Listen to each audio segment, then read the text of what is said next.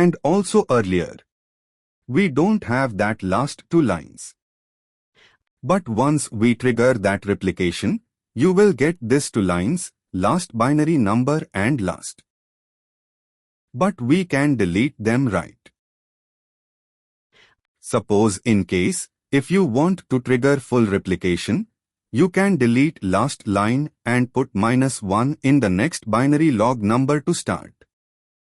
Or you can delete both the lines. Then it will trigger the full replication.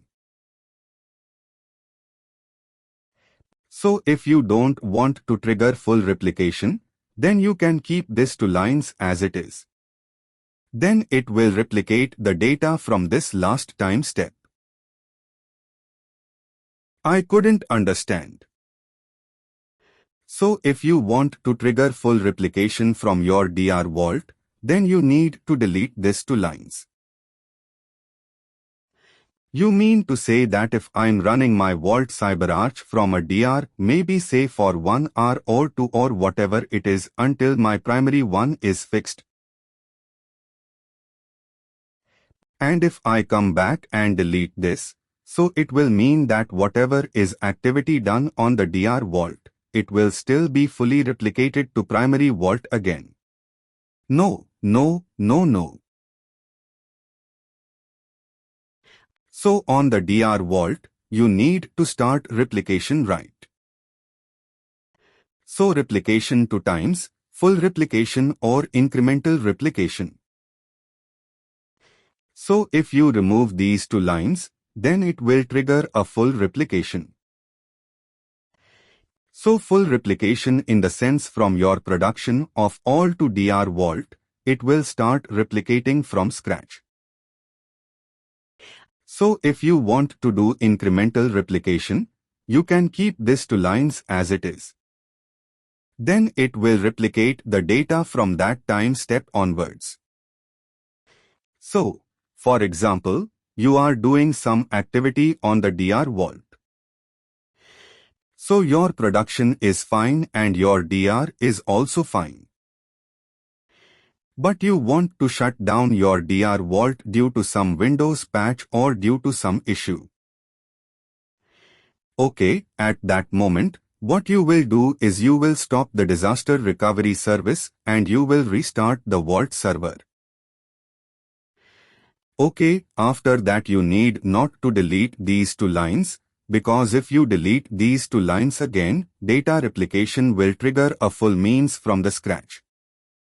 From the scratch, every safe will be replicated and it will take too much time.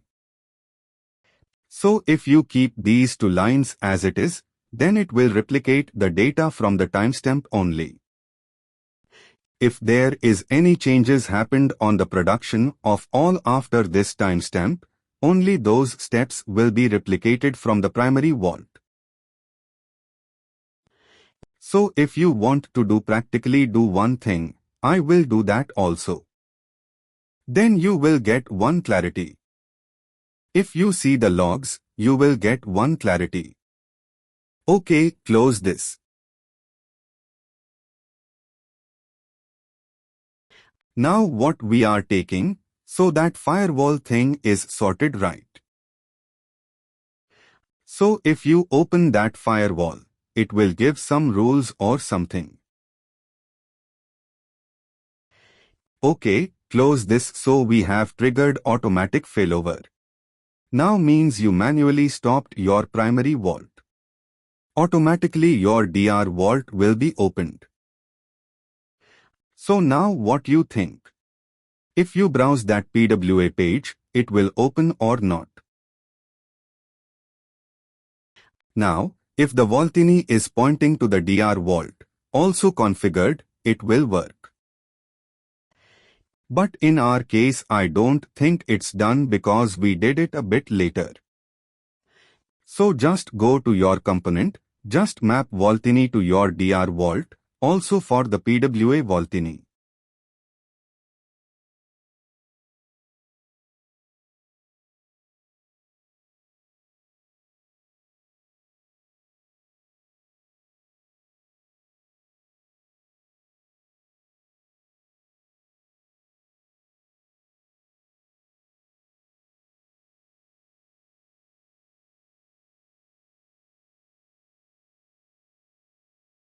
This needs to be done for every component of Voltini, right? Yeah.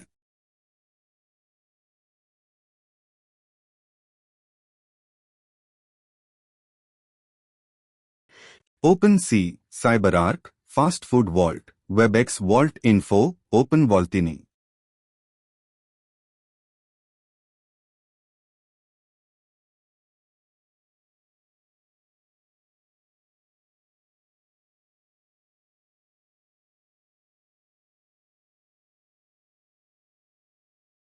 Save and close and do ISLH at once. Then try to browse PWA page.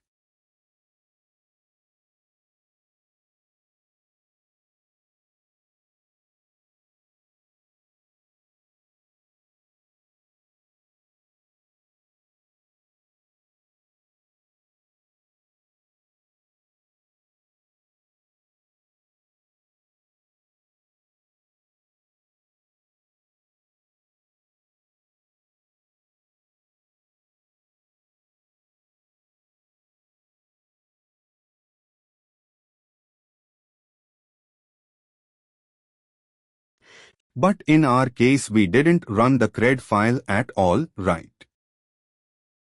In our lab. Yeah, for the DR part, no. But isn't that needed? Not necessary. In case if that CRED got not synchronized from your. See here. Scenario is like in your production vault for PWA app user and gateway user is different. And in your DR vault that app user, gateway user, is different. So in case, if that password got not synchronized to the DR vault, then in your PWA server that CRED file password is different and in your DR vault that app user gateway user password is different. So in that case only we need to synchronize, so you will get that error message. We would have authentication failure for the app user, authentication failure for the gateway user in the ETA log. And it will try for 5 attempts and in all attempts. If you get that message, then automatically it will be suspended after 5 attempts. Then, after seeing that message on the unit to synchronize these passwords manually, create the CRED file in the PWA server and update the same password in the vault for that user. Then do IS reset. Then it will start loading on PWA. We can reset the password for the CRED file. PWA server OS server to generate the CRED file. So how you will reset the passwords of the users? So in case, if it is CPM you need to go to. So here, wait, open that. CRED files. Yeah, here we have that CRED file app user and gateway user. So you manually create this CRED file. So how you need to create means you have a CRED file utility. Close this file and go back one folder up. Open env. I think here any utility. Yeah, using this utility, create CRED file in this folder and copy paste into the CRED files folder. So just shift the whole shift key and right click, open command window here. Type create.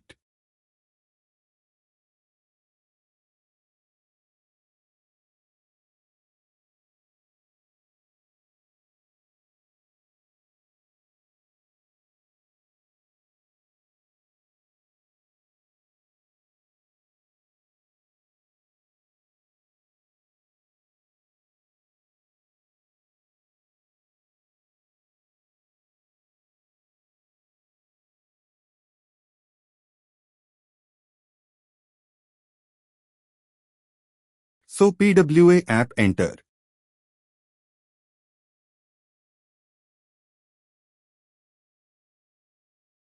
Enter the password.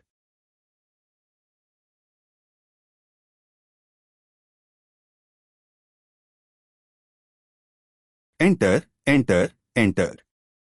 Go with the default values.